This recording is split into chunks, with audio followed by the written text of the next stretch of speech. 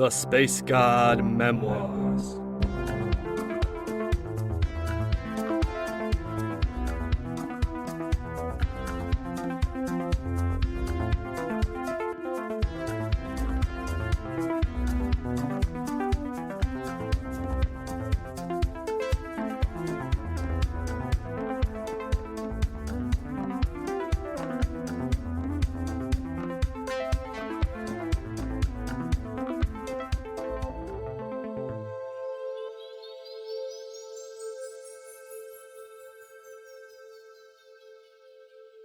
Episode 32.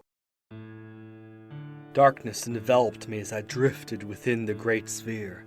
Then the ship's sensors adjusted, and I found myself gazing upon a floating city. The innards of the structure covered in dozens of little buildings, likely research labs, lecture halls, or residences, many of their insides exposed by collapsed walls. Around the center of the structure floated more debris. Electrical wires and monitors, pieces of brightly colored plastic, and most evident, bulky man-shaped things. Suits, I could tell, grayed from age as they floated in various poses. A closer look at one revealed the dried-up skeleton of a person. I figured the others were much the same, the sad remains of what must have been the old people's space crew. I paused, letting my stolen ship float inside the eerie confines of that broken station. I tried to gather my thoughts. What was I doing? Where was I going? Sure, I had left Eruvis. Had escaped death at the hands of, what were they? Gods? Aliens? Guys in funny suits? But where to next? I had no scragging idea.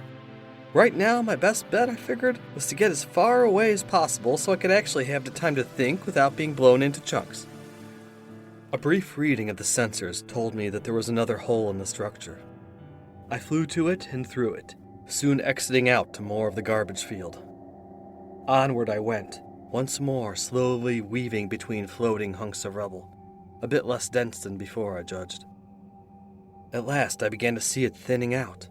The larger structures and metal hunks replaced by more and more tiny rocks and clouds of dust. There was a moment of elation as I saw the end of the debris field and the glimmer of the distant stars, the glow of freedom. I began to accelerate, but once more felt the presence of one of the pursuing Foresiders, just behind, coming out from over the structure I had emerged from. A beam shot out from a cannon on its underside. My ship rocked as it was struck. 20% drain to power, said a message from the ship, accompanied by an image of a somewhat depleted green bar. I saw it drawing closer now, not bothering to send me messages anymore. I felt it was about to fire again and dodged aside. A barrel roll took me out of the way of a second beam, and one in the opposite direction helped me avoid a third. But it was still on me. As it was drawing closer and closer, I decided to try something bold. I increased my speed suddenly, and then spun around to face the tetrahedron. Shoot, I thought, and a pink-red beam shot out of my vessel, striking the other one square in the hull. It was absorbed into whatever shielding device protected the ship. It retaliated with a shot of its own. My ship rocked even more as a green beam crackled around it. Now at 50% power, it informed me. The bar was orange now. Suddenly, the sensors detected two other tetrahedron ships in range, visuals of them appearing in the view screen. Get out of here! That was my thought, but the ship's only response was to coast slowly forward, its systems too damaged to move at full speed. The other vessels began to surround me, two on the edge of the debris field, one further out. I stopped, letting my stolen ship just drift there. There was very little I could do at this point, I realized, short of suicide bombing one of them. Moments later, the green cube was in view as well. You will now surrender, stated the matter-of-fact message from the green vessel's commander. I was about to send them the message of scrag off when I saw flashes from each of the smaller craft.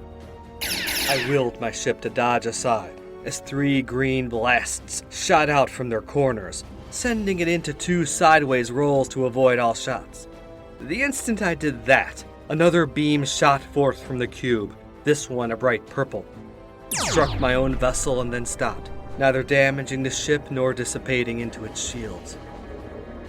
A purple field rapidly expanded around my craft. I was being pulled in. My mind furiously fought for commands to give the ship possibilities of escape. Could I stealth out of this? Could I somehow disable the beam? Fly out of it? Nope, nope, and nope. Soon enough, the beam had pulled my ship to the underside of the bigger vessel.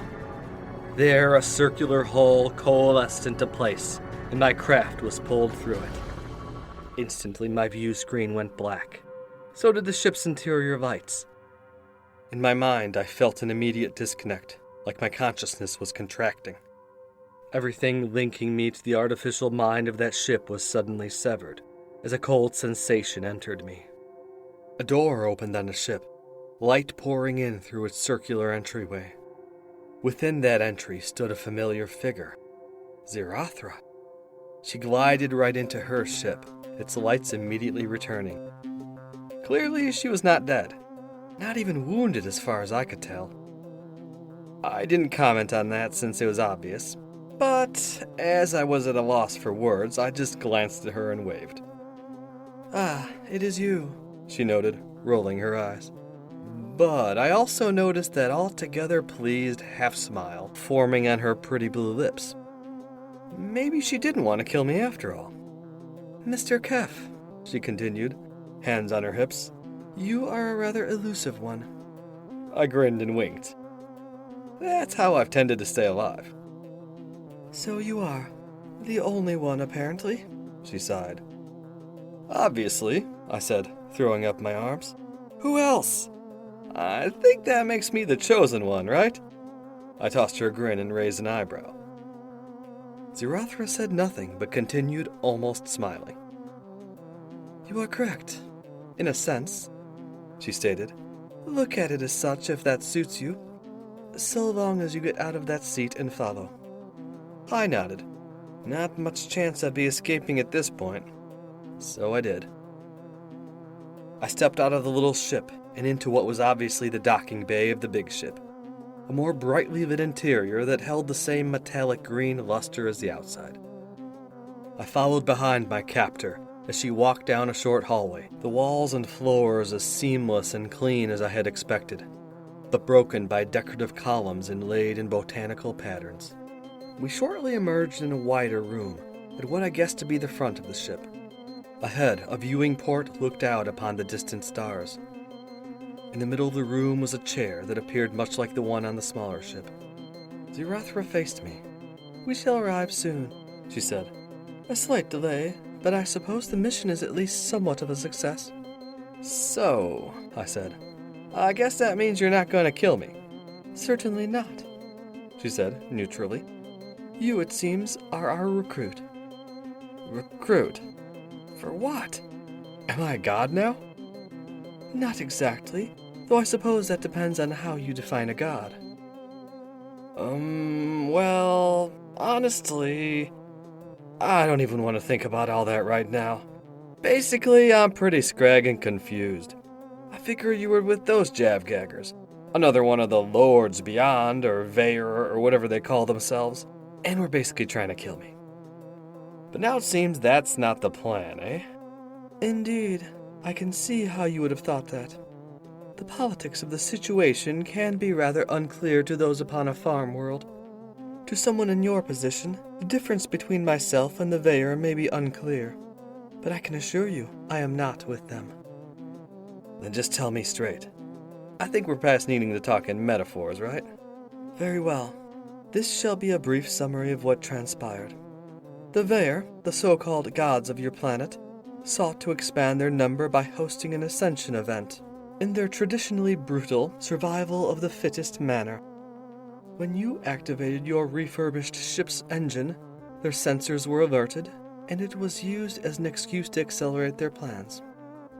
"So where do you fit into all this, Z?" "I am with a group called the Nyar Harmonium.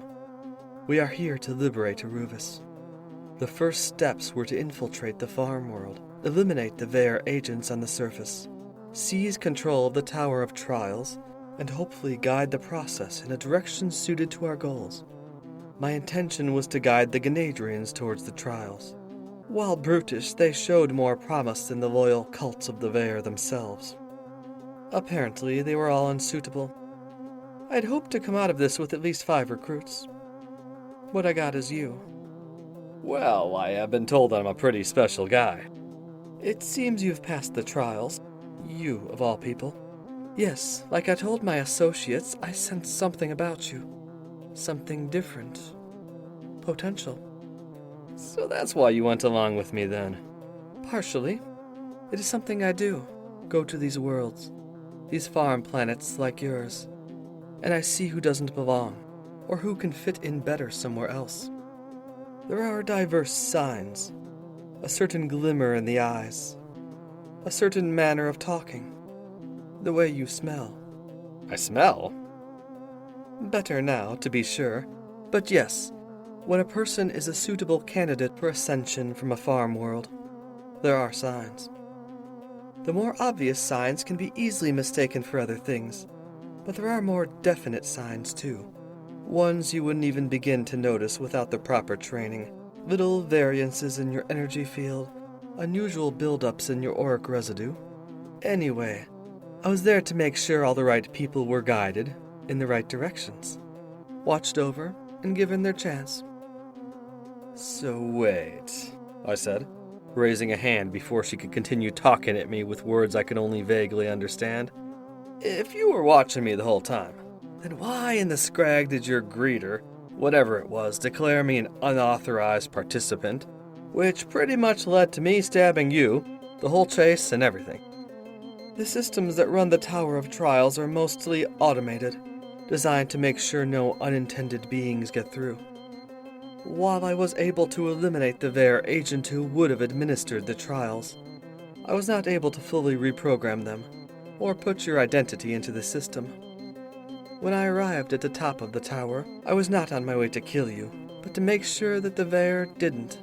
But, as you can see, it all worked out in the end. Well, I guess that is that. So, I suppose I'm now the latest recruit of the, Nyar, whatever that means. All that stuff I went through after the tower. The memories. Everything. What was that? And who exactly are you people? She looked at me, her purple eyes filled with secrets, but revealing none. You shall soon find out, she said with a nod of her head. Your world has changed. Your old self is gone. Soon you will be uncovering all manner of details. Who we are, who you are. But there will be plenty of time for all that. For now I shall only say, welcome to the awakened. Ahead, the stars began to shift, the vessel accelerating away from the debris field. Behind us, Arubis got smaller and smaller, an ever-shrinking sphere that eventually became a tiny dot upon the blanket of space. Just another star. I stared out of the viewing window, my eyes mainly focused on the ever-changing cosmic scenery. Momentarily, I fell into shock, my mind so displaced by all I had just experienced, it was almost unreal. Impossible, like a dream I would shortly awaken from. But at the same time, it did all feel real. My senses more vivid, my focus more present than it had ever been before. The shock, I realized, was in the contrast. Mere days ago, I had just been Keph, just some yug who lived a relatively isolated existence. I had barely been aware of other continents on my own world, let alone life beyond it. I'd gone from being a drifter on a backwards planet to an initiate of a group most folks on Arubis would have called gods. And now I was someone else. Was I a god? Some ascended being, destined for greatness? Whatever the truth was, I knew then that Keph had truly died back there in that tower. His life was over. His goals and expectations all faded away, meaningless in the face of a greater reality. He was dead. But here I was. My stomach churned with both dread and excitement. Ahead of us, another sphere was rapidly getting larger. Another planet. Another world. It was a ball of swirling clouds, grays, blues, and whites. The world was getting closer by the instant, its surface promising secrets both wondrous and frightful. And so ended that step of my journey, the first step of many yet to come. I had taken that step, that shift into another existence, another me. I could say that I just stumbled into it, like an unaware fool stepping off the edge of destiny's cliff. I could say that it had all been by accident. There had been some hapless dugga who got lucky and got taken for a ride. In a way, that would be true. It would be true for the little me. The me who probably did die back in that tower. But I was already coming to realize that there was far more to me than just that guy. And that maybe, buried deep in a corner of my soul, I might just know what I was doing. So as the ship descended into the murky atmosphere of an alien planet, I gave myself a little grin, looking forward to whatever craziness awaited me. And this brings an end to Season 1 of Space God. Thank you for listening, everybody, and we shall see you in Season 2.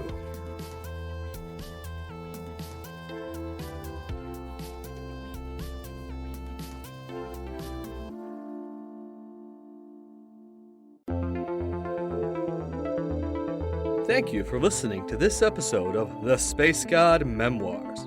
Space God is written, performed, and produced by A.M. Arctos.